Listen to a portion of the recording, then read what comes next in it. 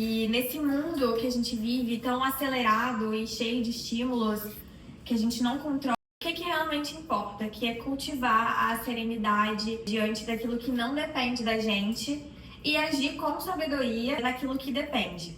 Para contextualizar, o estoicismo ele surgiu na Grécia Antiga, mas ele se consolidou em Roma.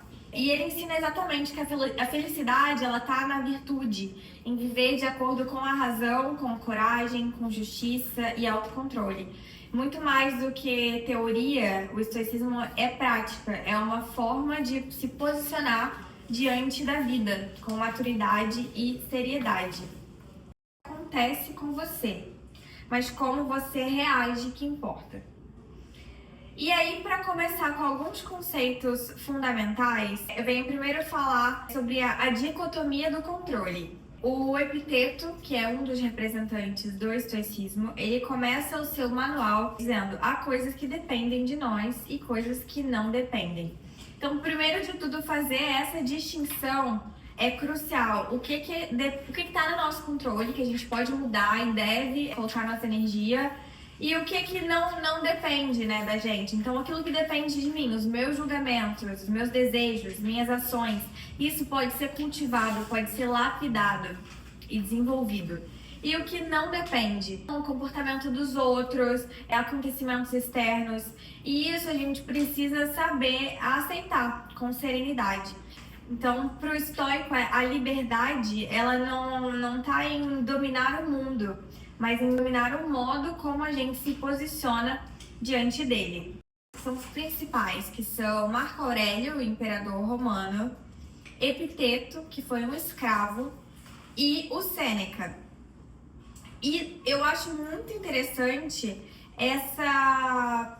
exatamente essa dicotomia entre um dos maiores representantes do estoicismo foi o imperador, que tinha tudo de melhor da vida material, né? Todas as honras e glórias, e o outro foi um escravo, que passou a maior parte da vida sendo escravo. Então, é interessante a mensagem que eles passam de que a gente não deve se abalar tanto pelas coisas externas, mas sim ter essa firmeza interna. E você vê que duas pessoas com um estilo de vida completamente diferente, uma circunstância externa completamente diferente, eles se posicionam e encaram a vida da mesma forma. O segundo conceito que eu trago aqui é o conceito da virtude como o único bem, de que viver com retidão é suficiente. Para os estoicos, a única coisa que é verdadeiramente boa é a virtude. E o único mal verdadeiro é a viciação da alma. Todo o resto, saúde, dinheiro, status, prazer, são indiferentes, porque eles dependem de como a gente encara. Eles podem ser preferíveis ou não, mas não são o que determina o bem-estar, a felicidade humana. Ela se desdobra em 4 formas principais, que é a sabedoria, coragem, justiça e temperança. E o Marco Aurélio, nos seus escritos pessoais, ele afirma: se estiveres sofrendo por algo externo, não é isso que te perturba, mas o seu julgamento a respeito disso. E tens o poder de revogá-lo a qualquer momento. Então, a verdadeira liberdade, ela está em viver de forma coerente com a razão e com a natureza da alma humana, que é ser racional, justa e moderada. E não reagir impulsivamente, mas responder com clareza. Estoicos, a virtude é a única fonte de estabilidade, porque é a única coisa que depende de nós por completo. O terceiro ponto aqui é viver conforme a natureza, aceitação ativa e não passividade. E a gente deixa de resistir à realidade. E aí o Epiteto fala: não busque que as coisas aconteçam como você deseja, mas deseje que elas aconteçam como acontecem, e tudo correrá bem. E essa aceitação é ativa, ela não é uma resignação, não é se conformar, mas agir com lucidez na realidade que a gente tem. E essa dimensão também dialoga muito com a filosofia oriental. No yoga, por exemplo, a gente fala do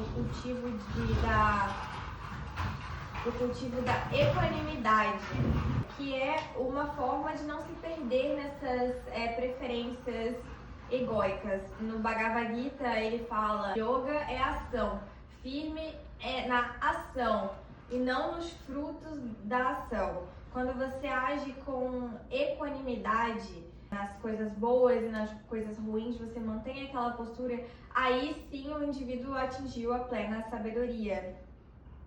E no budismo também tem muito essa aceitação da impermanência, que é essencial para que a gente se liberte do sofrimento e da ilusão do mundo, né, do samsara, do budismo.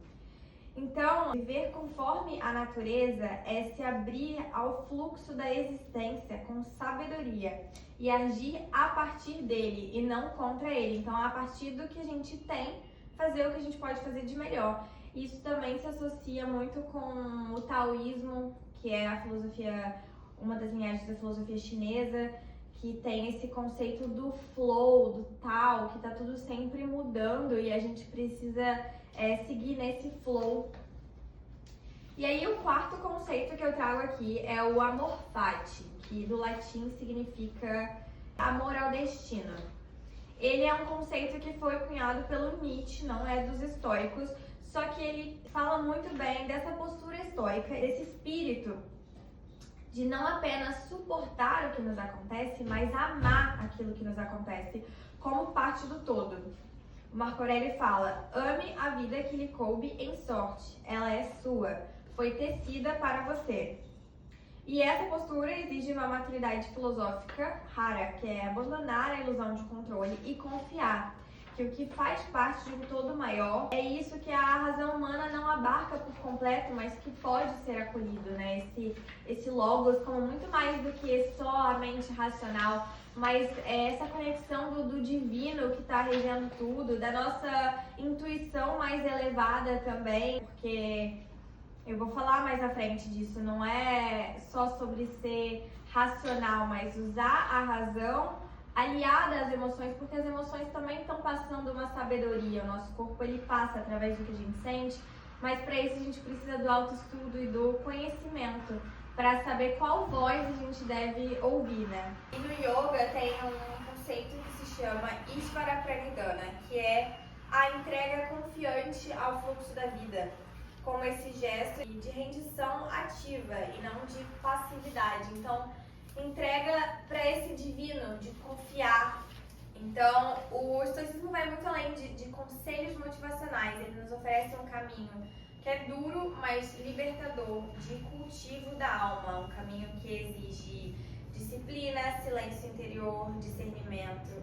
E que, quando praticado, nos devolve a nós mesmos. Então, na prática, escrever todo dia sobre o que te afetou, como reagiu, o que aprendeu, anotar frases e também revisar as nossas reações e buscar alinhá-las com a virtude. O momento em que a filosofia desce do intelecto e vai realmente pro coração. Contato com a natureza e a transitoriedade das coisas.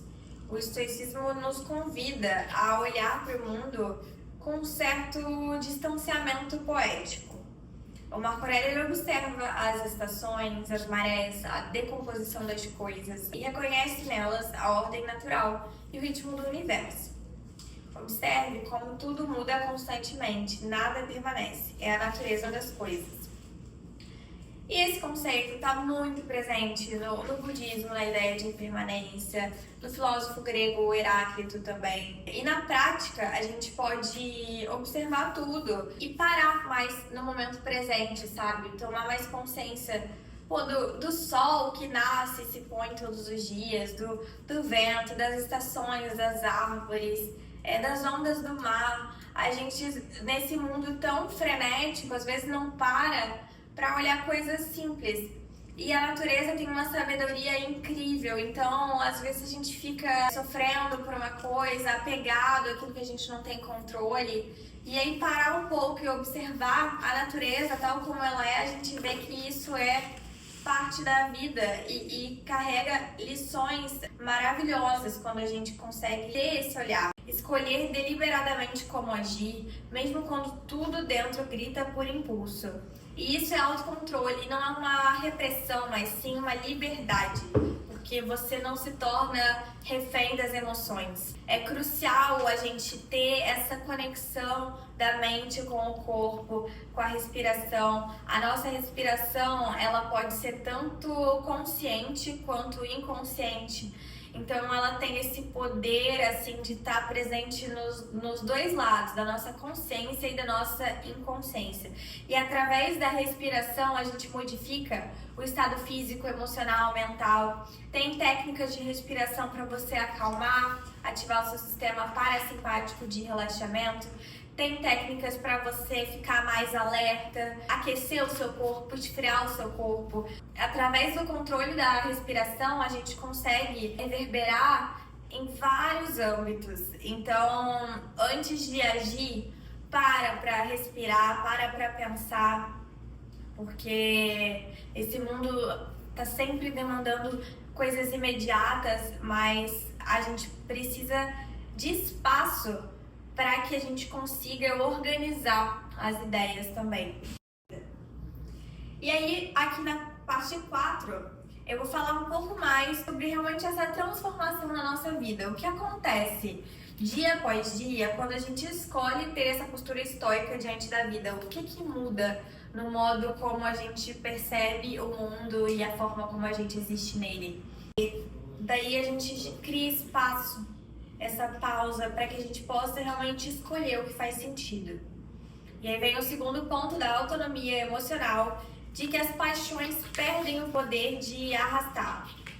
Os estoicos não negam as emoções, mas distinguem entre paixões que são destrutivas e emoções virtuosas, que são alinhadas com a razão. Ele escreve: a alma é tingida pela cor dos seus pensamentos. E aí eu gosto de falar que a Thalita, minha amiga, me ensinou também uma coisa, que acordar é dar a cor ao seu dia. Que a vida ela não é colorida, mas ela é para ser colorida. Então toda vez que a gente acorda, a gente está dando a cor para o nosso dia. E é isso, os nossos pensamentos, eles refletem muito mais do que as coisas externas. E isso é tão explicitado pelo estoicismo, em que um representante era o imperador e o outro era o escravo, mas os dois tinham essa forma de pensar, de entender que o que está no nosso controle, o que a gente pode fazer, os nossos pensamentos, as nossas ações. Então, todo dia que a gente acorda, é fazer essa reflexão de que tipo de coisa que eu estou colocando para dentro, seja através de palavras e até daquilo que a gente está recebendo, as pessoas ao nosso redor, as ações que a gente está tomando. Tudo isso influencia a nossa vida, a forma como a gente encara elas, muito mais do que as circunstâncias externas, porque tem pessoas que têm tudo e estão sofrendo, e tem pessoas que não têm nada e estão super felizes com aquele pouco que tem. O Epiteto, que era o escravo estoico, falou: você pode acorrentar o meu corpo, mas a minha mente sempre será livre. E isso é revolucionário. Então não importa o ambiente, a perda, o fracasso, a instabilidade externa, o estoico ele constrói um espaço que é inviolável em si mesmo. E esse é o verdadeiro templo interior, que não é feito de paredes, mas de postura. E a cada vez que a gente toma uma decisão difícil, o nosso cérebro registra essa informação e cada vez mais vai se tornando mais fácil, a gente começa a se enxergar como uma pessoa que se posiciona, que age da forma correta. Tudo é treino realmente. A gente também passa a nos ver como parte de algo maior. A alma se alinhando com o cosmos. A vida, ela deixa de ser só um projeto de controle pessoal, mas sim uma dança com a realidade. Marco Aurélio fala: tudo é interligado, tudo contribui para o bem do todo. O que é bom para a colmeia é bom para a abelha. Então essa percepção que dissolve o narcisismo e amplia a consciência.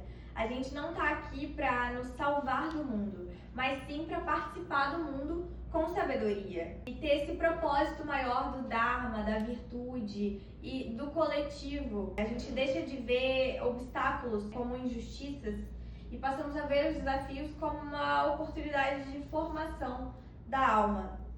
E entender também que as pessoas, elas são espelhos, né? O que está dentro da gente aparece tanto pra gente externamente, quanto o que a gente mostra para os outros, né?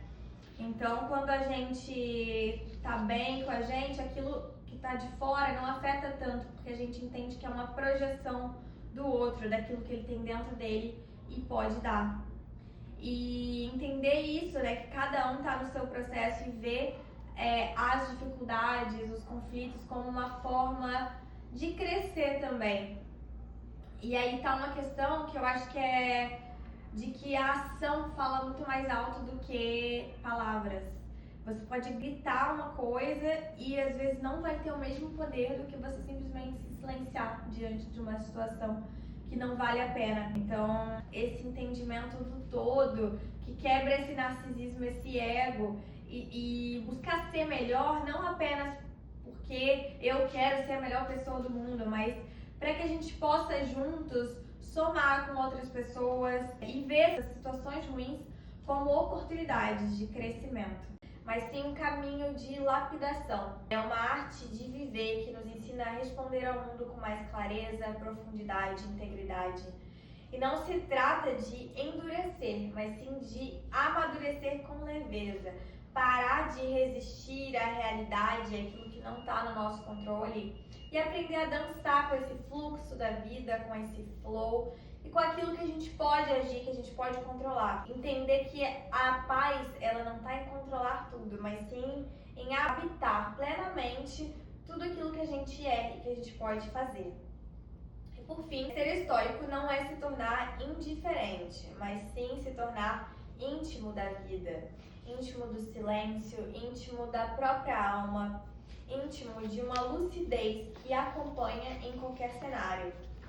E talvez o mais bonito seja perceber que quanto mais a gente cultiva esse centro, mais a vida se torna leve, mesmo quando não é fácil, mais bonita, mesmo quando ela é incerta, e mais nossa, mesmo quando ela escapa do nosso controle.